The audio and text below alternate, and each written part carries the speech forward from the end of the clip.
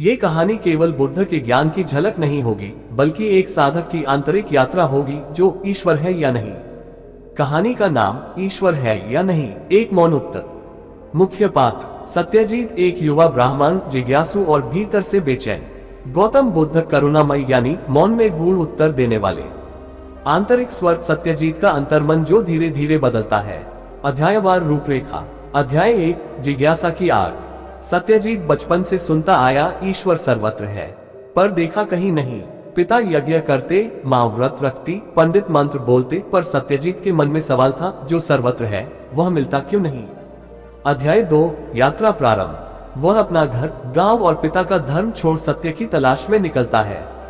कहीं योगी, कहीं सन्यासी, कहीं वेदों का ज्ञाता, हर कोई अलग उत्तर देता। कोई कहता ईश्वर है, कोई कहता ईश्वर ब्रह्म है। अध्याय 3, बुद्ध की चर्चा। किसी नगर में उसे एक वृद्ध कहता, सच में जानना है तो बुद्ध के पास जा, वह तुझे उत्तर न देंगे, लेकिन तुझे उत्तर स्वयं मिलेगा। अध्याय 4, पहली भेंट, मौन की चोट। सत्यजीत बुद्ध से पूछता, भगवान क्या ईश्वर है? बुद्ध उसे देखकर मौन हो जाते हैं। 3 बार प्रश्न पूछने पर भी कोई उत्तर नहीं। सत्यजीत क्रोधित होकर चला जाता है। अध्याय 5, मौन की व्याख्या। अन्य भिक्षु कहते हैं, बुद्ध जब मौन रहते हैं तब भी उत्तर देते हैं, क्योंकि ईश्वर को शब्दों में बांधा नहीं जा सकता। अध्याय 6, आत्मा अन्वेषण की शुरुआत। सत्यजीत एकांत में ध्यान करता है। प्रश्न भीतर गूंजता है, क्या मैं ईश्वर को देखना चाहता हूँ या जानना चाहता हूँ कि वह है या नहीं। अध्याय 7, दृष्टांत, अंधे और हाथी। बुद्ध एक कहानी सुनाते हैं। अंधे लोगों ने हाथी को छूकर उसे अलग अलग बताया। सत्यजीत समझता है, हर धर्म अपनी अपनी दृष्टि से ईश्वर को छू रहा है। अध्याय 8, अनुभव का सत्य। बुद्ध कहते हैं, ईश्वर को देखने की चेष्टा मत कर, ऐसा बन जा कि वह तुझ में प्रकट हो सके। अध्याय 9, मन और ईश्वर। सत्यजीत प्रश्न करता है, क्या मन से जाना जा सकता है ईश्वर को? बुद्ध कहते हैं, मन ही पर्दा है, मन ही भ्रम है। अध्याय 10, ध्यान का अभ्यास। सत्यजीत ध्यान में बैठता है, सांसों को देखता है, विचारों को गुजरते देखता है। धीरे धीरे भीतर एक मौन उतरता है। अध्याय 11, ईश्वर का नहीं होना। एक दिन वह महसूस करता है, कोई ईश्वर बाहर नहीं है। बुद्ध कहते हैं, जो खोज रहा है वही खो गया है। अध्याय 12, अंतिम उत्तर, मौन का दीपक। सत्यजीत अब मौन हो गया है। वह फिर बुद्ध के पास आता है, मुस्कुराता है और कुछ नहीं पूछता। अध्याय 13, अंत या आरंभ। बुद्ध कहते हैं, जब कोई प्रश्न करना बंद कर दे तब वह जान लेता है। अध्याय 14, आत्मा की सांझ, भीतर उतरने का समय। ध्यान की प्रक्रिया अब उसकी आदत नहीं, उसकी प्रकृति बन चुकी थी। सत्यजीत अब घंटों मौन बैठा रहता, आंखें बंद, लेकिन भीतर एक प्रकाश का अनुभव। एक दिन ध्यान से उठते ही उसने बुद्ध के समीप जाकर पूछा, भगवान मैं अब ईश्वर को नहीं खोजता ... क्योंकि अब मैं जानता हूँ खोजने वाला ही बाधा है। बुद्ध ने देखा और सिर हिलाया, अब तू देखने के योग्य हुआ है। उस दिन सत्यजीत को ऐसा लगा जैसे उसके भीतर कोई द्वार खुला हो। अध्याय 15, प्रकाश और छाया का रहस्य। उसे ध्यान में एक दृश्य दिखा। एक गुफा है जहाँ बहुत अंधेरा है। वहाँ एक दीपक रखा है, लेकिन बुझा हुआ। तभी एक आवाज आए, दीपक तो भीतर है, तूने कभी जलाया नहीं। जैसे ही वह दीपक जलता है, पूरी गुफा रोशनी से भर जाती है। ध्यान टूटते ही उसने बुद्ध से कहा, भगवान ईश्वर मेरे बाहर नहीं था, मैंने ही अपनी दृष्टि में अंधेरा रखा था। बुद्ध मुस्कुराए, ईश्वर को बाहर ढूंढना ही सबसे बड़ा अंधकार है। अध्याय 16, प्रश्न का मृत्यु लोक। अब सत्यजीत के भीतर कोई प्रश्न नहीं बचा था, न ईश्वर है, न मिलेगा कैसे, न क्यों नहीं मिलता। अब केवल मौन था, शांति थी, एक उपस्थिति। बुद्ध कहते हैं, प्रश्न तब तक जीवित रहता है जब तक अहंकार जीवित है। जब प्रश्न मर जाए तब उत्तर की कोई जरूरत नहीं रहती, तब प्रकाश रह जाता है। अध्याय 17, जीवन ही उत्तर है। एक दिन एक अन्य ब्राह्मण युवक आकर बुद्ध से वही पुराना प्रश्न पूछता है, भगवान ईश्वर है या नहीं। बुद्ध मौन हो गए, युवक असहज हो गया। सत्यजीत आगे बढ़ा, मुस्कुराकर युवक से बोला, मैंने भी यही पूछा था, पर एक दिन मैं जान गया। योजक चिन्ह, ईश्वर एक अनुभव है, विचार नहीं। जो उसे शब्दों में बांधना चाहता है वह उसे खो देता है। अध्याय 18, अंतिम संवाद। बुद्ध ने सत्यजीत से पूछा, अब तू कहाँ जाएगा? वह बोला, जहाँ अंधकार है वहाँ दीपक की तरह जलूंगा। मैं किसी को ईश्वर है नहीं कहूंगा। मैं उन्हें उनके भीतर उतरना सिखाऊंगा, जैसे आपने सिखाया, बिना कहे। बुद्ध ने कहा, तू अब मेरा शिष्य नहीं, तू अब धम्मक बन गया है। अध्याय 19, मौन की वाणी। सत्यजीत अब गांव गांव घूमता है, लेकिन भाषण नहीं देता।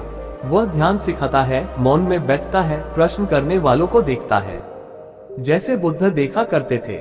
लोग हैरान होते, वह तो कुछ नहीं कहता, फिर भी मन शांत हो जाता है। कोई कहता, ईश्वर को शब्दों में खोजने से बेहतर है उसके मौन में बैठो। वही मौन सत्यजीत था। अध्याय 20, ईश्वर जो था, जो है, जो रहेगा। वर्षों बाद जब सत्यजीत का शरीर वृद्ध होने लगा, उसके एक शिष्य ने पूछा, गुरुदेव, क्या आपने ईश्वर को देखा? वह मुस्कुराया, नहीं, मैं तो बस इतना जान पाया, जब मैं नहीं रहा तब वह था। जब तक मैं उसे खोजता रहा, वह मुझसे छुपा रहा। जैसे ही मैं शांत हुआ, वो सब बन गया। अध्याय 21, शून्यता की सीढ़ियां। सत्यजीत एक गहरी साधना में डूबा था। अब वह न मैं कहता था, न मेरा। जिसका नाम कभी सत्यजीत था, वह अब केवल प्रवाह बन चुका था, न कोई पहचान, न कोई दावा। गांव के बाहर एक छोटी झोपड़ी में बैठकर वह केवल सांसों को देखता। शिष्य पूछते, गुरुदेव, अब आप क्या साधते हैं? वह कहता, अब कुछ नहीं साधता, अब बस हूँ। शून्यता को उसने आलिंगन में लिया था।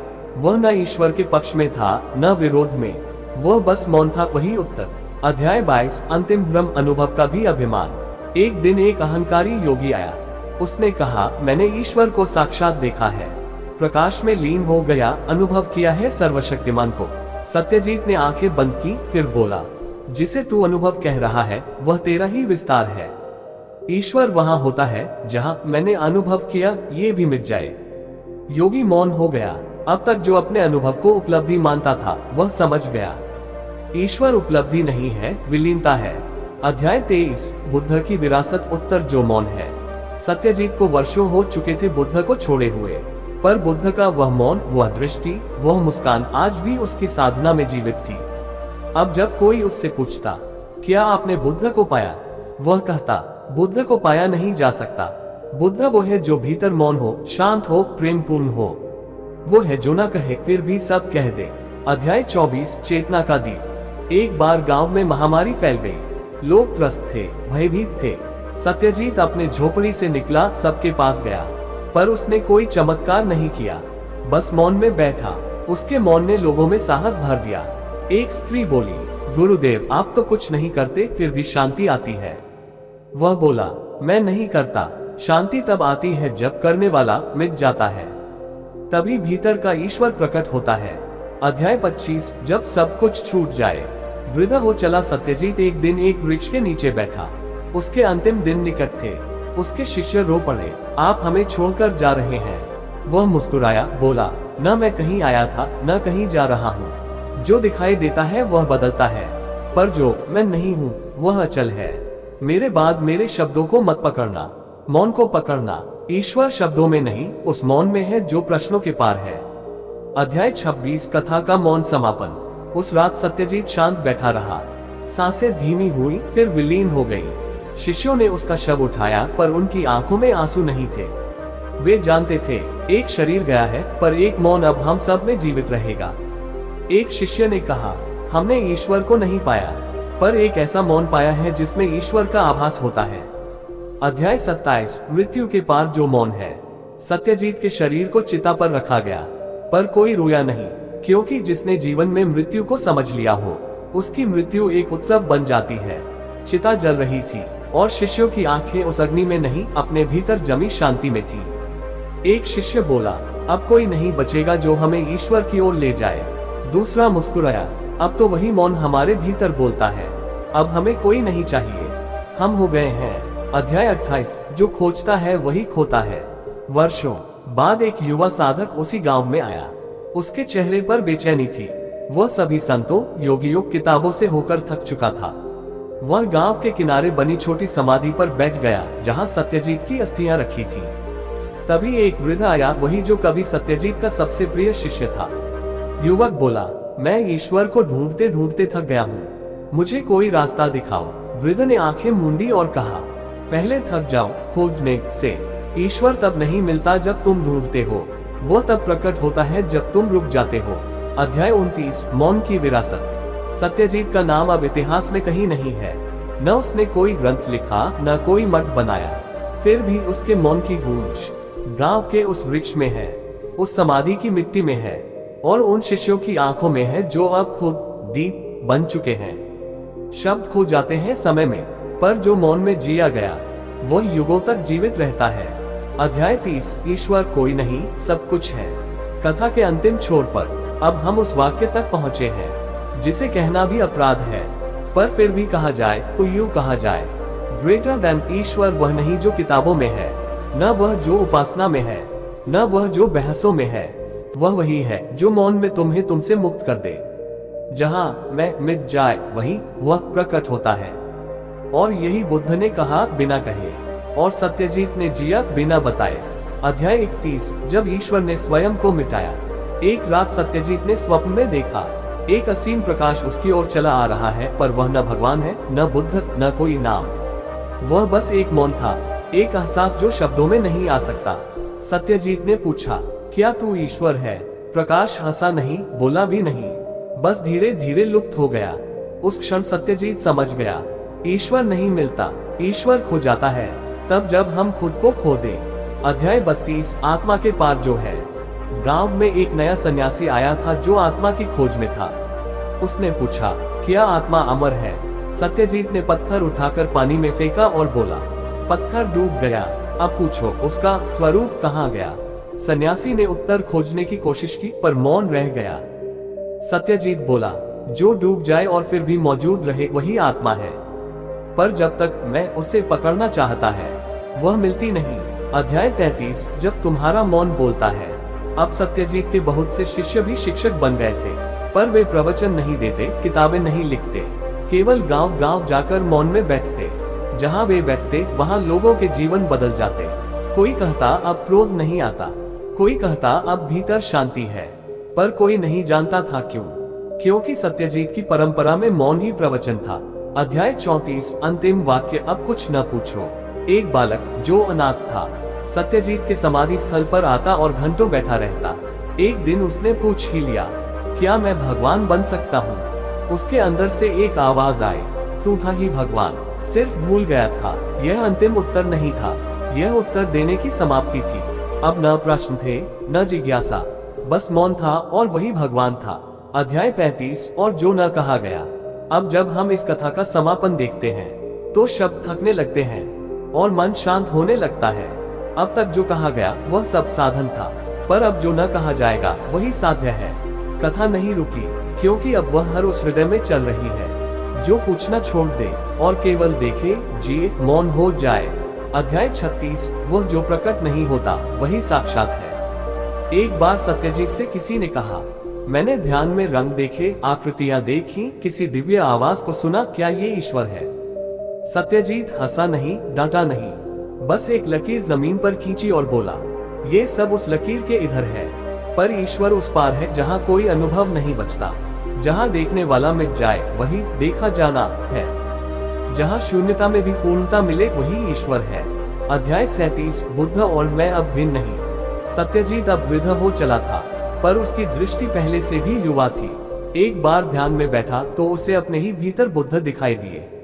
न कोई सिंहासन, न चमक, बस साधारण एकांत।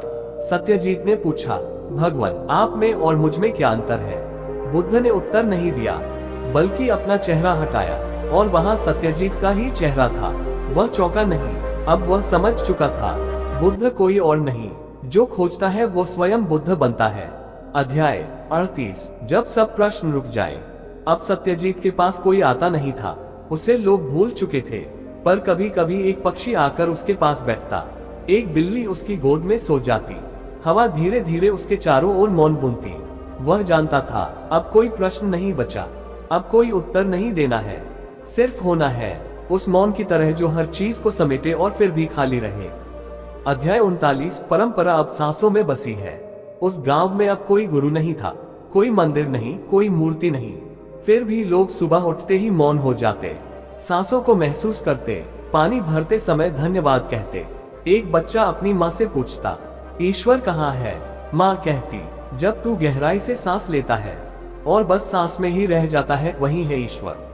अध्याय 40 अनाम अनगिनत अब भी जीवित। इस कहानी का कोई अंत नहीं है, क्योंकि वह किसी एक सत्यजीत की नहीं, हर उस आत्मा की है जो खोज में निकली थी और मौन में लौट आए। हर समय जब कोई सच्चे मन से पूछेगा ईश्वर है या नहीं, तो ये कथा उसकी आत्मा में गूंजेगी, न शब्दों में, न ध्वनि में, बस मौन में। अध्याय 41 मृत्यु क्या है? जीवन का आईना। एक वृद्ध जो मृत्युशैया पर था, उसने सत्यजीत से अंतिम प्रश्न किया, क्या मृत्यु के बाद कुछ बचता है? सत्यजीत ने उसकी आंखों में झांका और कहा, जो जीवन भर तुम्हारा था ही नहीं, उसके जाने से डर कैसा? मृत्यु वह आईना है जो तुम्हें दिखा देती है कि तुम कभी काया नहीं थे, सिर्फ मौन की एक छाया थे। अध्याय 42 शब्द जो आत्मा तक पहुंचते हैं। एक शिष्य ने कहा, गुरुदेव, क्या मुझे आपके जैसा बनना होगा ईश्वर को पाने के लिए? सत्यजीत मुस्कुराए और बोले, मुझे छोड़ दो, मुझे भूल जाओ। जो खुद को मिटा दे वो सब कुछ पा लेता है। ईश्वर की यात्रा जैसे बनना नहीं, जो भी है उसे पूरी तरह हो जाना है। अध्याय 43 ध्यान के पार जो स्वप्न है। सत्यजीत कई बार कहते थे, ध्यान एक द्वार है, पर कई लोग उस द्वार पर ही घर बना लेते हैं। एक बार उन्होंने आंखें बंद की और भीतर पूछा, अब मैं कहाँ हूँ? कोई उत्तर नहीं आया, कोई अनुभव नहीं हुआ, कोई प्रकाश, कोई ब्रह्मानंद नहीं। और वहीं उसी क्षण वह पूर्णता घटित हुई, क्योंकि अब कुछ भी चाहने को नहीं बचा था। अध्याय 44 क्या कोई भी नहीं बचेगा जो बताए कि ईश्वर है? समय बीता, गांव मिट गए, कथा की प्रतियां नष्ट हो गईं, पर किसी दूर गांव में एक बच्चा हुआ जो मौन में बैठता और हंसता। कोई उसे गुरु नहीं कहता, पर जब लोग उसके पास बैठते वे खुद को भूल जाते। शायद सत्यजीत फिर लौट आया था, या शायद सत्य तो हर युग में जन्म लेता है, बिना किसी नाम के। अध्याय 45 अंतिम मौन जहाँ कुछ कहना पाप है। अब यह आखिरी अध्याय है, या शायद नहीं, अब शब्दों को पीछे छोड़ना होगा, क्योंकि जब आप इस कहानी को सुनते सुनते अपने भीतर उतर चुके हो, तो जान लें, ग्रेटर देन अब ये कहानी आपकी नहीं रही, यह आप हो गए। और जो इस मौन तक पहुंच जाए, उसे न भगवान चाहिए न सवाल, क्योंकि अब मैं नहीं रहा, अब केवल मौन है और वही ईश्वर है। अध्याय 46 जब कोई बचा ही नहीं पूछने को। कभी एक दिन सत्यजीत ध्यान से उठा। गांव सुनसान था, शिष्य नहीं, सन्नाटा भी नहीं, केवल एक अनुभव था जो अनुभव भी नहीं था। उसे लगा जैसे अब उसके भीतर से कोई पूछने वाला नहीं बचा, न मैं कौन हूँ, न ईश्वर क्या है, न ही कहाँ जाना है। वह मुस्कुराया और बोला, अब कोई बचा ही नहीं जो जानना चाहता है, और अब वही सच्चा जानना है। अध्याय 47 जहाँ रास्ता नहीं वही मंजिल है। सत्यजीत एक नदी के पास बैठा था। कोई यात्री आया और बोला, गुरुदेव, कौन सा रास्ता है मोक्ष का? सत्यजीत ने उसकी आंखों में देखा और कहा, जिस दिशा में तुम देख रहे हो उसे छोड़ दो और वहीं चल दो। जहाँ रास्ता दिखाई न दे वहीं मोक्ष की असली राह होती है। अध्याय 48 जीवन एक जल की तरह बहता है। एक बच्चा गंगा में कूद गया, लोग डर गए, डूब जाएगा, पर सत्यजीत मुस्कुराए, डूबना बुरा नहीं है, अगर तुम बहना सीख लो। ईश्वर तक वही पहुंचता है जो बहाव को विरोध नहीं करता, बल्कि स्वयं जल बन जाता है। अध्याय 49 जब शिष्य ने गुरु को विदा किया। एक युवा शिष्य जिसे सत्यजीत ने कभी मौन में दीक्षा दी थी, अब स्वयं ज्ञान की स्थिति में था। उसने गुरुदेव से कहा, अब आप जाएं, मैं स्वयं हूँ, मुझे अब न रास्ता चाहिए न गुरु। सत्यजीत मुस्कुराए और बोले, अब तू मुझसे बड़ा है, क्योंकि अब तू मुझे भी छोड़ने को तैयार है। अब तू भगवान को भी नहीं पकड़ेगा, और इसी में तू ईश्वर बन चुका है। अध्याय 50 अब न कथा है न पात्र, बस मौन। यह अंतिम अध्याय नहीं है, बल्कि कथा का विसर्जन है। अब कोई सत्यजीत नहीं, कोई शिष्य नहीं, कोई प्रश्न नहीं, बस एक मौन की लहर है जो हर आत्मा को छूती जा रही है। जो सुन नहीं सकते वे भी अनुभव करते हैं, क्योंकि अब ये कथा शब्दों की नहीं रही, यह आपकी सांसों की हो गई है।